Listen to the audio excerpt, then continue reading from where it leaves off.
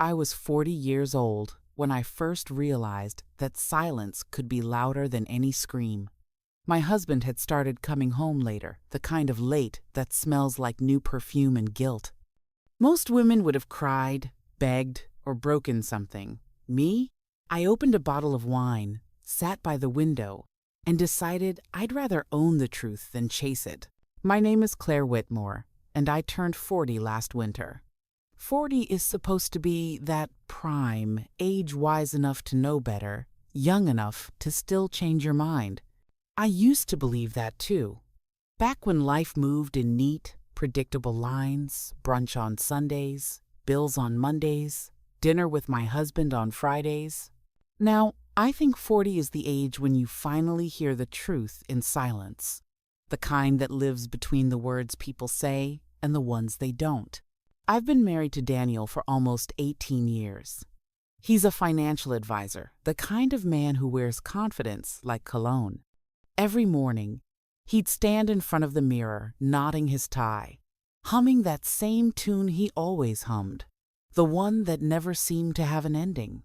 I used to think it was endearing. Now, I think it was just noise, a cover for something else. We met in college, fell in love fast, built a life faster. He was ambitious. I was organized. We fit. At least we did once. But marriage, like wine, can either age beautifully or turn sour without warning. I didn't notice the change right away. It came quietly in the way he stopped asking how my day was, in the way his phone became another limb he couldn't put down. The first real sign was small, stupid even, a receipt.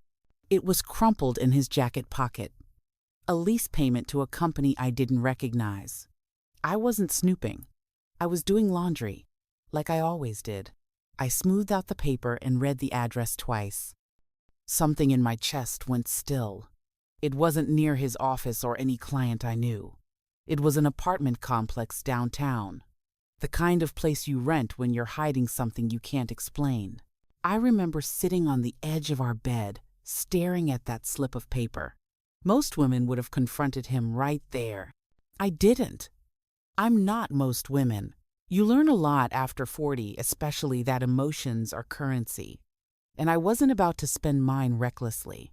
So I folded the receipt, slipped it into my journal, and went about my day.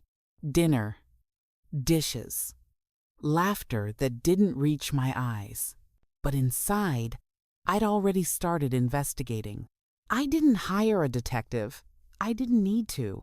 Years of being married to a man like Daniel teaches you more about tracing patterns than any private investigator could. I checked our joint credit cards. Little charges I hadn't noticed before. A florist in the city.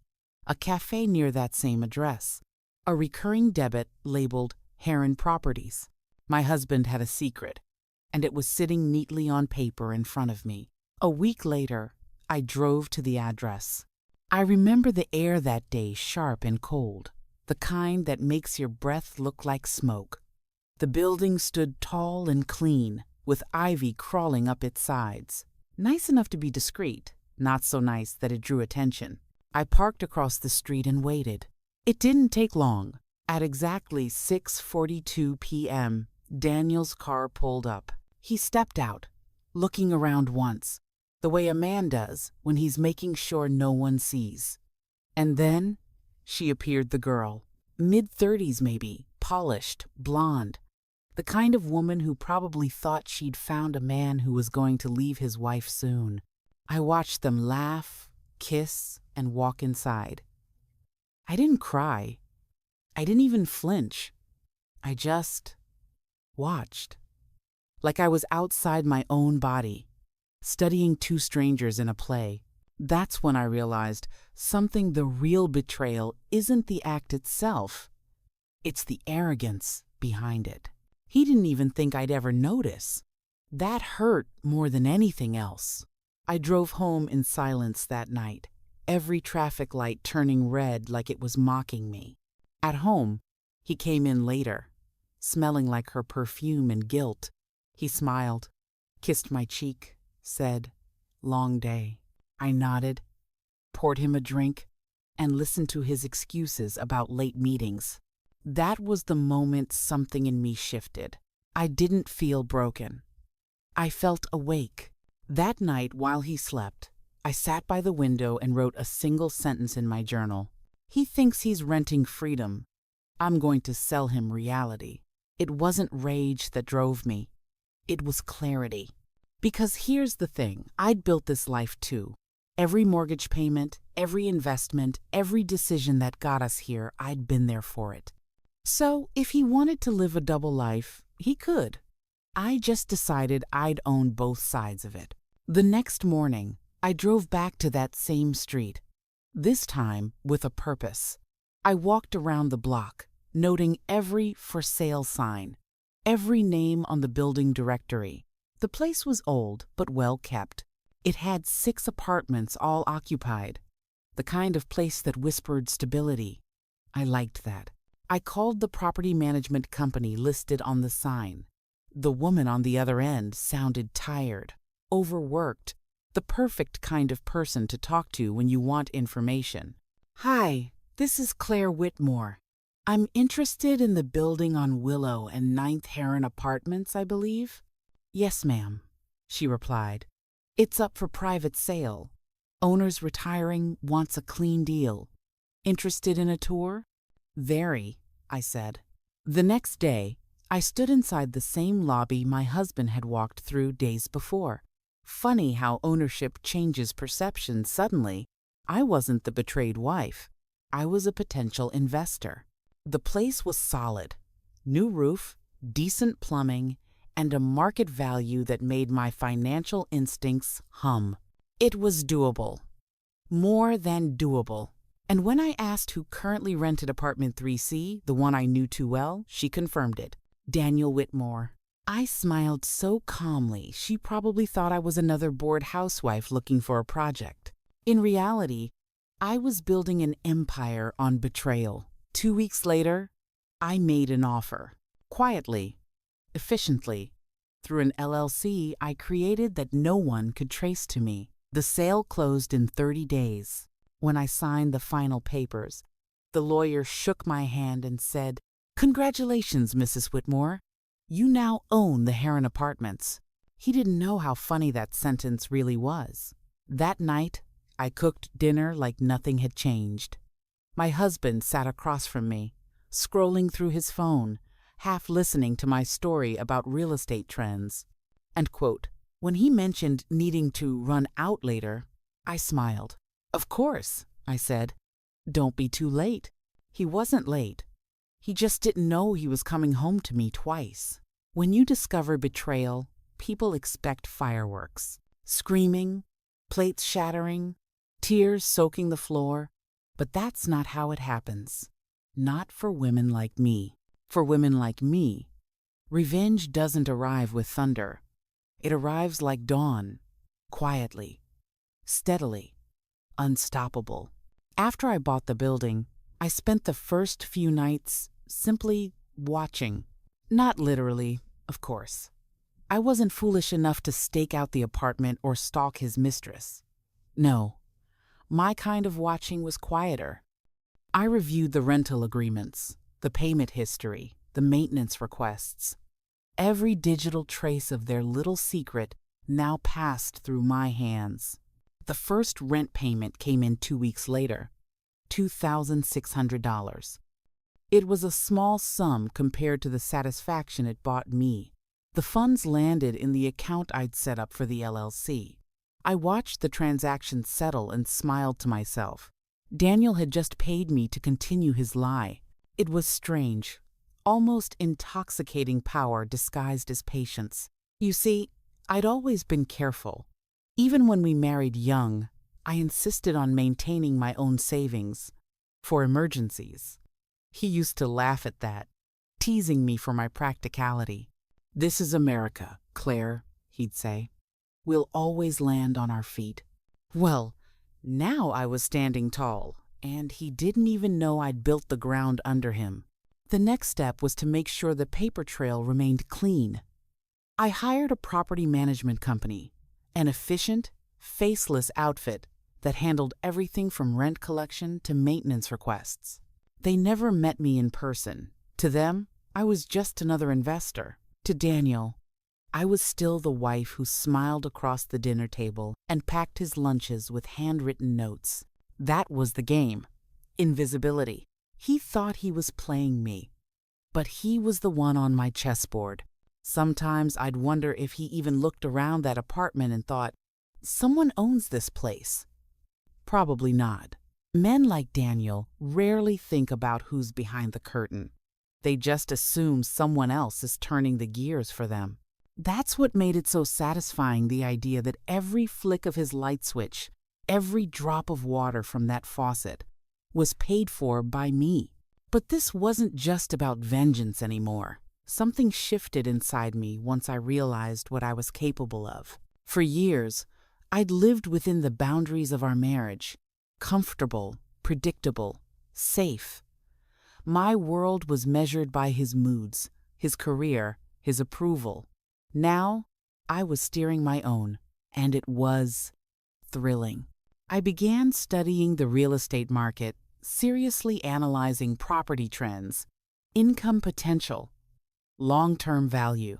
It started as a way to make the lie profitable, but soon it became more, a purpose. Maybe betrayal isn't the end of a marriage. Maybe it's the rebirth of the woman who was buried beneath it. Still, I had to maintain the illusion.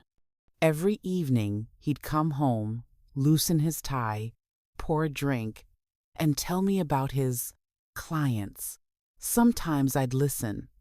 Sometimes I'd drift away in my thoughts, planning, expanding, owning.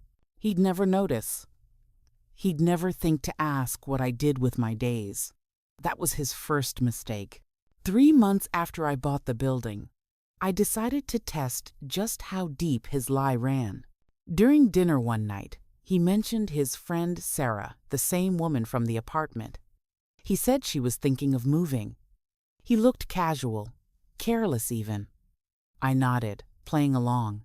Really? The city's expensive, I said. I hear rents are going up everywhere. He laughed, that smug, practiced laugh I used to find charming. Not hers. She got lucky with her landlord. Lucky. That word hung in the air like smoke. If only he knew how lucky she really was. The following week, I instructed the management company to raise the rent on apartment 3C by 12%. A reasonable, market-justified increase. Nothing suspicious, but enough to make the mistress uncomfortable. A month later, the payment came in late. Then came the email. Tenant 3C requesting to discuss lease renewal terms. I almost laughed. The nerve of it, the way their secret life was suddenly at my mercy. But I didn't respond directly. I never broke the wall between us. My property manager handled the conversation, explaining the increase was standard. The mistress complained, predictably, about unfair hikes. The system was perfect. She'd never know her messages were being read by the wife of the man she was sleeping with. I wish I could say it was all about revenge, but it wasn't. It was about control. For the first time in years, I wasn't the one left guessing, hoping, wondering. I was the one deciding how the story unfolded. I started to change in ways even I didn't expect. I'd wake up early, make coffee, check my property reports before sunrise. I stopped asking Daniel where he was going. I didn't need to. I already knew where he'd end up. There's a freedom in not needing answers, especially when you already own them. Sometimes, late at night, I'd stand in the hallway outside our bedroom and listen to him snore. The sound used to comfort me. Now, it just reminded me of how blind he was. He thought my silence meant weakness. He didn't realize silence can be a fortress. He still kissed me goodbye every morning, his breath warm against my cheek. He still called me honey when he wanted something. I played along, not out of love, but strategy, because pretending to be naive is the most powerful move a woman can make. Then one afternoon, something unexpected happened. A call came from my property manager. "Mrs. Whitmore," she said, "the tenant in 3C wants to break her lease early. Something about financial strain." Financial strain. I almost smiled. "Approve it," I said. "No penalties. Just make sure she's out by the end of the month." And just like that, the mistress was gone. No confrontation, no shouting. Just a quiet exit, the way all weak things leave when they realize they can't win. But that wasn't the end. A week later, Daniel mentioned, casually, that his friend had decided to relocate. She needed a fresh start, he said, stirring his coffee. I looked at him over the rim of my cup. "That's brave of her." He nodded, relieved that I hadn't asked questions. He didn't realize I'd already deleted her forwarding address from my tenant records. She wasn't my problem anymore. He was. When the next month came, I told the management company to relist the apartment at double the previous rent. The city's market justified it, and within weeks, the unit was leased again, this time to a quiet couple who paid promptly, in full. The building's profits rose sharply, and so did my satisfaction. Daniel, on the other hand, seemed unsettled. He'd come home distracted, irritable. I knew why. He was trying to juggle the pieces of his double life and couldn't figure out why it was collapsing. One night, he asked, "Claire, do you ever think people get what they deserve?" I smiled. "Always." He laughed awkwardly, unaware of the storm that had already passed over him. I didn't hate him. Not really. Hate is loud. It needs energy. What I felt was quieter, the kind of cold, detached peace that comes from knowing the scales have finally balanced. The apartment was just the beginning. The profit I made from it became seed money for more investments, 2 more properties, both under the same anonymous LLC. Within 6 months, I had a steady stream of income that no one could trace back to me. While Daniel believed he was still in control of our life, I'd already built my own kingdom beneath his feet. I didn't plan to leave him. Not yet. That would have been too easy. No, I wanted him to live inside the comfort I created, unaware that it was all built by the woman he'd underestimated. Because real revenge isn't about destruction, it's about ownership. Every lie he told, every secret he kept, they all became bricks in my foundation. And I never once raised my voice. That's the irony. The woman he thought was powerless ended up holding the deed to his deception. I used to think justice came from confrontation, from demanding apologies or explanations. Now I know better. Justice is watching the guilty carry the weight of their own choices while you walk away lighter, richer, freer. After the mistress left, the apartment stayed empty for a while. The silence around it felt like a held breath, the kind you don't even realize you're keeping until it burns your lungs. I checked the property dashboard each morning, pretending I was just managing a business. But really, I was watching him unravel. Daniel began coming home earlier. At first, I thought it was guilt. Then I realized it was loneliness. The man who used to rush out the door now lingered in the kitchen, hovering like he was waiting for something or someone that never came. "Traffic's terrible lately," he'd mumble, loosening his tie. I'd nod, setting dinner on the table, acting as if I hadn't noticed the missing confidence in his voice. For years, I'd built my life around his moods. When to speak, when to retreat, how to make peace. Now, I didn't bother. The power dynamic had shifted, even if he couldn't see it yet. He still thought he was steering this marriage, when really, he was just a passenger in a car I was quietly driving. The weeks turned into months. The apartment filled again, a young couple this time, polite, quiet, the kind of tenants landlords dream of. Their rent hit the account like clockwork. I expanded. Bought another building, then another. On paper, I was the picture of domestic calm, a devoted wife, still attending charity luncheons and hosting dinner parties. But inside, I'd evolved into something sharper, stronger. People say time heals, but that's a lie. Time just teaches you how to live with the wound without limping. One Saturday afternoon, I found Daniel sitting on the porch, staring at nothing. He looked smaller somehow, like a man who'd misplaced a piece of himself and didn't know where to look. "You okay?" I asked, bringing him coffee. "Just tired," he said. I almost pitied him. Almost. He'd started checking his phone less, like he was trying to detox from something he couldn't admit. I wondered if he ever drove past that building, remembering the apartment that had once felt like freedom. Maybe he thought of her. Maybe he thought of me. Maybe he thought of nothing at all. I didn't ask. I didn't need to. Because I knew what he didn't, that every month he spent recovering, I was collecting dividends on his downfall. The irony was beautiful. His affair had turned me into an investor. His deceit had made me disciplined. I'd taken the ashes of our marriage and built wealth out of them. And the best part?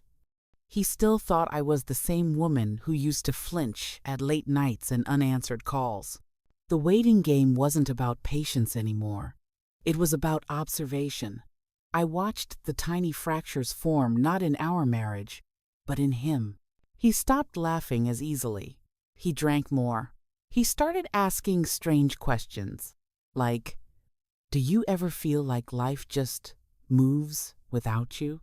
Every time he spoke like that, I'd smile softly, hiding the truth behind my calm voice. "Maybe you just need to slow down." He'd nod, relieved by the simplicity of my answer. But if he'd looked closely, he would have seen the quiet satisfaction in my eyes, the peace of a woman who already knew how the story would end. One evening, while he was in the shower, I walked into his office. The desk was a mess, unopened mail, a stack of old client files, a half-finished glass of whiskey. I noticed a letter from his bank addressed to him directly, separate from our joint statements. I didn't open it. I didn't have to. The anxiety in his posture every morning told me enough. His double life had cost him more than he could manage. Affairs are expensive when you no longer have someone else paying the bills. And that's when I realized the sweetest revenge wasn't in exposing him. It was in letting him destroy himself slowly, convinced he was in control. He started making adjustments, cutting back on luxuries, canceling his golf club membership, cooking dinner once a week like it was an act of heroism. I thanked him politely, played the part, let him think he was regaining balance. The truth was, I didn't need him anymore. I hadn't for a long time. I'd learned to live two lives too, but mine wasn't built on lies. By day, I managed properties, signed contracts, met with accountants. By night, I smiled across the table at my husband, the same man who unknowingly paid my mortgage on a building he used to sneak into. The longer I waited, the clearer it became. He'd never change, but I had, completely. One night, I found myself walking downtown near the building not to spy, just to see it again. It looked different now, cleaner, brighter. The couple in 3C had added plants on the balcony, soft lights around the windows. Life had moved on. I stood across the street, hands in my coat pockets, watching the glow from the windows. For the first time, I didn't feel anger or pain, just quiet pride. I'd taken something ugly and turned it into something thriving. That building wasn't a symbol of betrayal anymore. It was a monument to my own resurrection. As I turned to leave, I caught sight of my reflection in the glass door of a shop. I almost didn't recognize myself. There was confidence in my posture, calm in my expression. The woman staring back wasn't the same wife who'd once sat crying over a crumpled receipt. She was someone new, someone free. At home, Daniel was asleep on the couch, TV flickering against his tired face. The sound of his snoring filled the room like static. I stood there for a moment, studying him. He looked peaceful, and I realized something then. Revenge isn't about making the other person suffer. It's about reclaiming the space they took from you. He'd taken my trust, my confidence, my time. But in return, I'd taken his illusion, the idea that he was the smarter one, the stronger one. He didn't know it yet, but he was living inside a life that no longer belonged to him. Every bill, every loan, every rent payment was a thread I controlled. I turned off the TV, threw a blanket over him, and whispered, "Good night, Daniel." He stirred slightly, half awake. "Night, Claire," he murmured. My name still on his lips, but it no longer felt like a claim. Months passed. Seasons turned. The waiting game shifted from watching him fall to building myself higher. I sold one of my smaller properties for a profit, reinvested in a coastal townhouse. The numbers stopped being just money, they were proof of evolution. Every morning, I'd open my laptop, check the accounts, sip my coffee, and smile. There's a particular kind of peace that comes from knowing you've already won, and the other person hasn't even realized they're playing. Daniel still went to work, still smiled for photos, still told people we were doing great, and we were just not in the way he thought. Because the truth was, our marriage had become exactly like that apartment he once rented. He thought he owned it, but I held the deed. People imagine revenge as a sudden strike, a single, perfect moment when everything flips. But the truth is quieter. It's a slow unfurling, like morning light creeping under a closed door. You don't even notice it at first. Then one day, the whole room is bright and there's no going back to the dark. That's how it was with Daniel. By the time the 4th year rolled around, my properties were running themselves. I had managers, accountants, a lawyer who handled the LLC paperwork. I could have walked away from the marriage then, but I didn't. Walking away would have given him closure. I wanted understanding instead. It started when Daniel's company downsized. His bonuses shrank, and suddenly our comfortable rhythm began to stutter. He'd always prided himself on being the provider, the man with answers. Now, every month felt tighter. He didn't tell me, of course. He just tried to patch over the cracks. He sold his watch quietly. He stopped taking cabs and started taking the train. He told people he was being practical. I knew. I always knew. The irony was almost divine. The man who once secretly funded his affair with our money was now struggling to pay bills, while unknowingly contributing to my growing fortune. One evening he came home late, face drawn, shoulders slumped. He poured a drink without looking at me. "Long day?" I asked. "You could say that," he muttered. "The market's rough. Everyone's tightening their belts." I reached across the counter, laid my hand on his. "We'll be fine, Daniel. We always are. And we were because of me." That night, while he slept, I logged into my business account. Rent from the Heron Apartments had arrived. A stack of transactions, clean and steady. The line that once carried his mistress's payments now carried profit from tenants who didn't even know his name. I stared at the screen and felt an odd, quiet gratitude. His betrayal had been my education, his arrogance, my seed capital. Poetic irony isn't about punishment, it's about symmetry. Months later, Daniel suggested we downsize the house. "Just a temporary measure," he said, forcing cheer into his voice. "We could rent something smaller until things pick up." I bit the inside of my cheek to keep from smiling. Rent. He wanted to rent.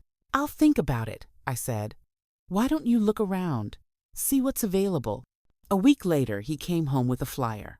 "There's a place downtown, nice area, reasonable rate. I'll call tomorrow." He handed it to me, and there it was, in bold print, the address I knew better than any: Heron Apartments. For a moment, I thought fate was joking with me, but it wasn't.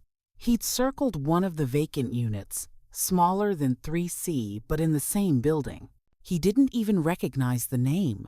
I wanted to laugh, cry, scream all at once.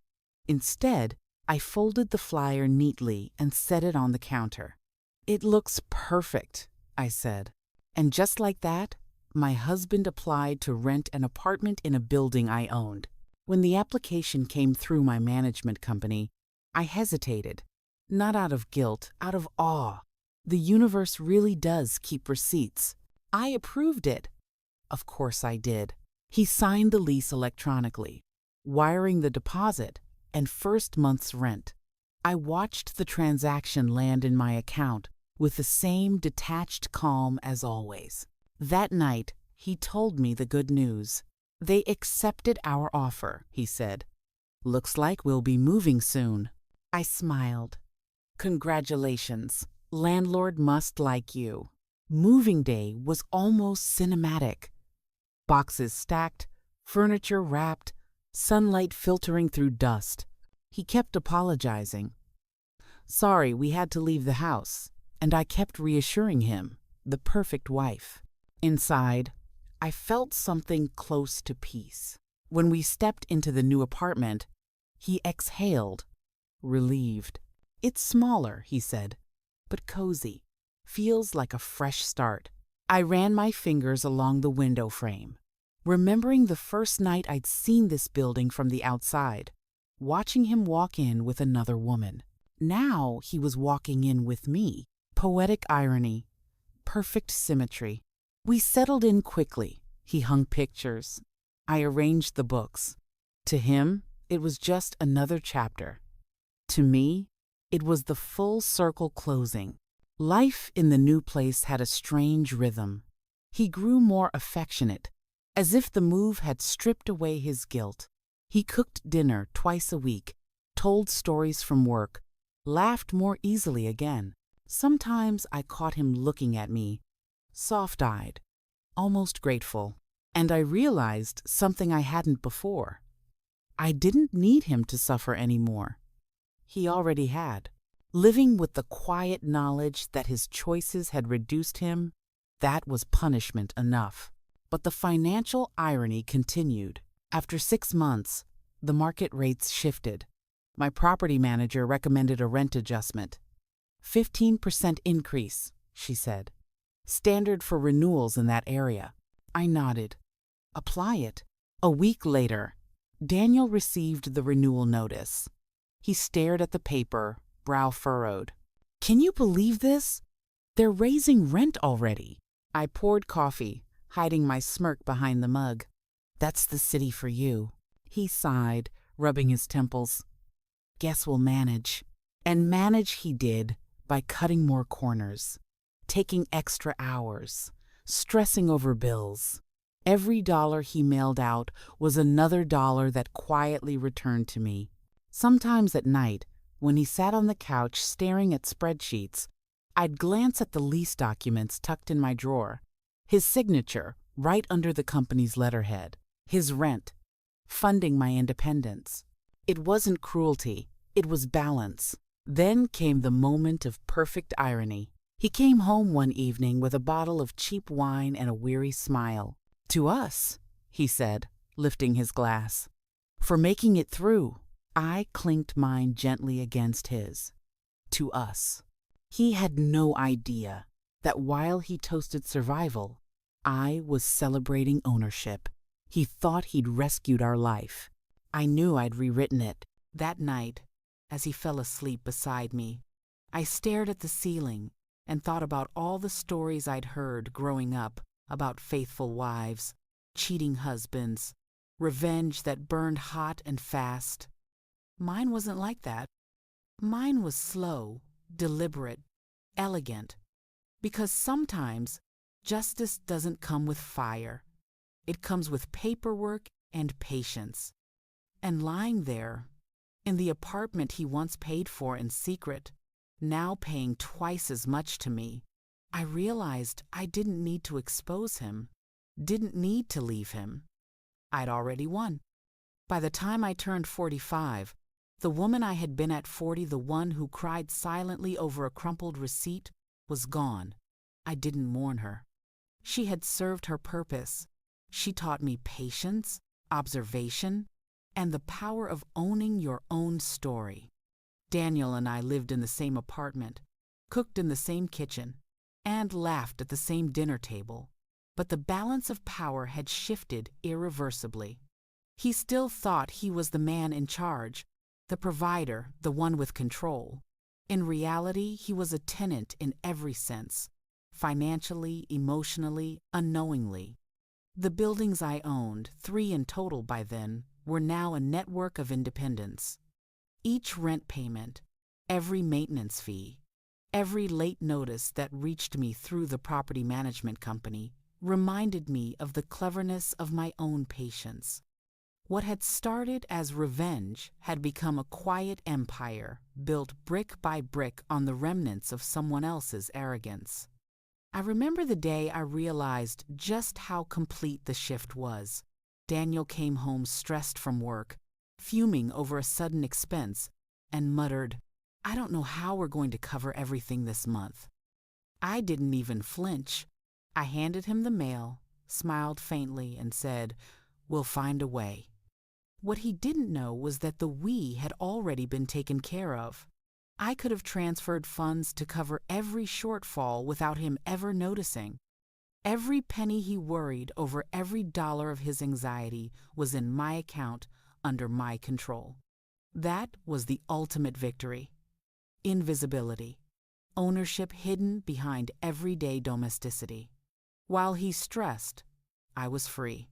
While he scrambled, I thrived. He tried, of course.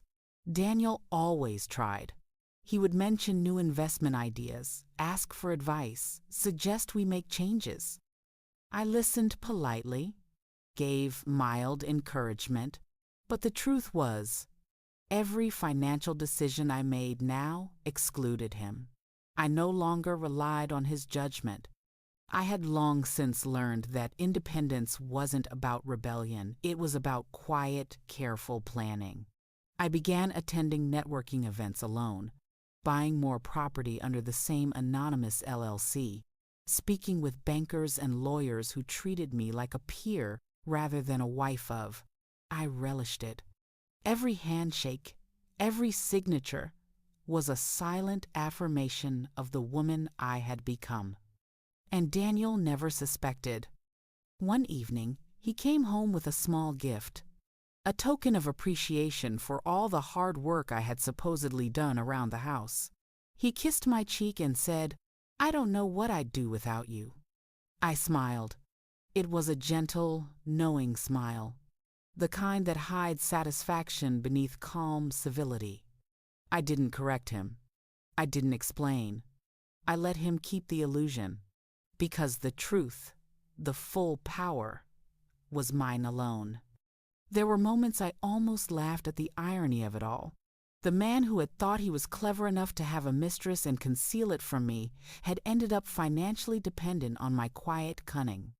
The woman he underestimated, the wife he ignored, the partner he betrayed, had not only survived, but flourished. And in a way, I realized, this was the real beauty of it. Power doesn't always roar. Sometimes it whispers. Sometimes it resides in patience, calculation, and calm. By the time he understood anything, it would be too late. I didn't need confrontation, because control is more effective than rage. I didn't need apologies, because my satisfaction didn't rely on acknowledgement. And I certainly didn't need his recognition, because I had already reclaimed everything he had taken from me. My dignity, my independence, my confidence, and ultimately, my future. When I look back now, I see that betrayal was only the beginning. It was the spark that ignited a life I hadn't known I could lead. Every building, every dollar, every quiet victory reinforced the fact that I was no longer just the wife of Daniel Whitmore. I was Claire Whitmore. I had become the master of my own story, the architect of my own fate. And the sweetest part? He never saw it coming. As I sit at my desk, reviewing the monthly accounts, I glance at the lease for apartment 3C. His name is still there, faithfully paying rent to me every month. A small smile curls at the edge of my lips. Justice doesn't need to announce itself. It doesn't need applause or tears. Sometimes it's just the quiet knowledge that you have the keys and the other person doesn't. And that, more than anything else, is freedom.